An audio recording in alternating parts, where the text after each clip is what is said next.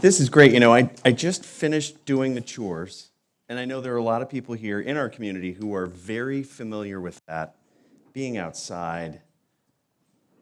In a place like this is actually, I just took this photo, and I wanted to talk a little bit about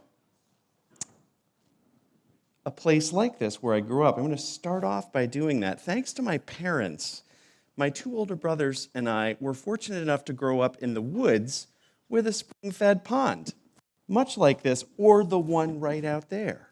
We could play outside with our dog, catch frog, fish, hike, or venture out into the neighborhood to see what our friends were up to. In the winter, we'd skate, cross-country ski, snowshoe, or go make toboggan runs, pretending to be Olympic bobsledders. We learned to use a chainsaw and peavey to cut and split and stack firewood. We were responsible for stoking our wood stove to heat the house on those cold winter mornings. Mrs. Demerath grew up on a farm with chickens and turkeys. And after many years of living in the freshman boys' dorm at a prep school, we are living our dream in a small 1840s farmhouse.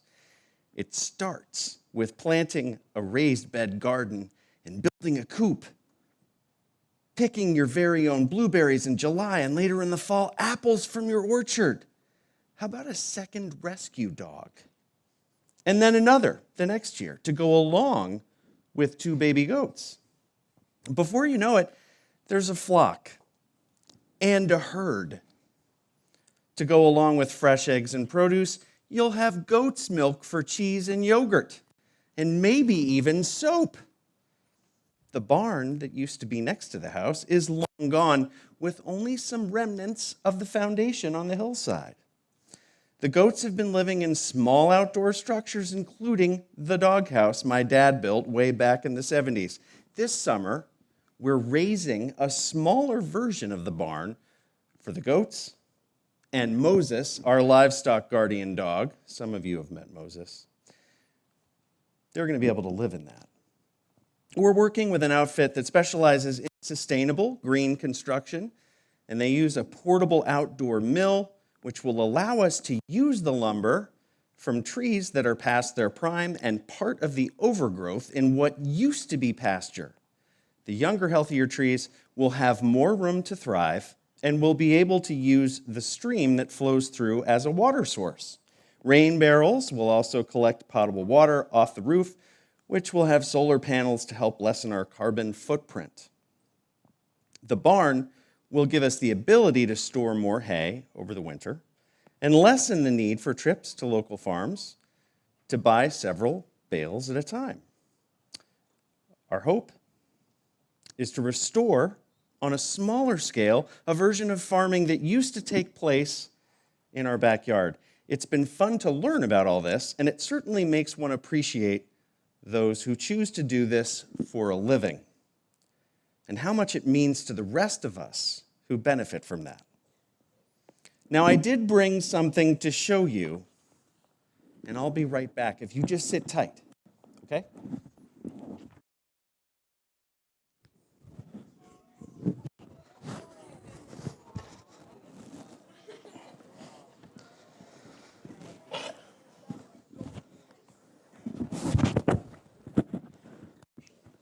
So this is Rushmore.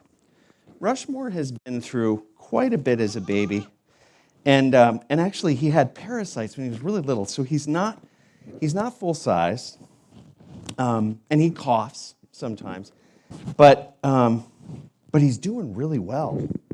Like, talk about resilience, right? You got to love this. So he's actually successfully sired a few litters of babies that are going to be born, I guess, in a couple of months. And he's actually really great. I mean, he's got frostbite on his ears, and he's been through quite a lot, but he's actually really happy. So I have to say, this is not what I expected. Did you guys think that we were going to have a goat that's completely comfortable at Eagle Brook? How great is this? Such a good boy. Well, Rushmore and I want to thank you all for being such a wonderful audience, and we're going to go outside and finish our dinner. Okay? Thank you.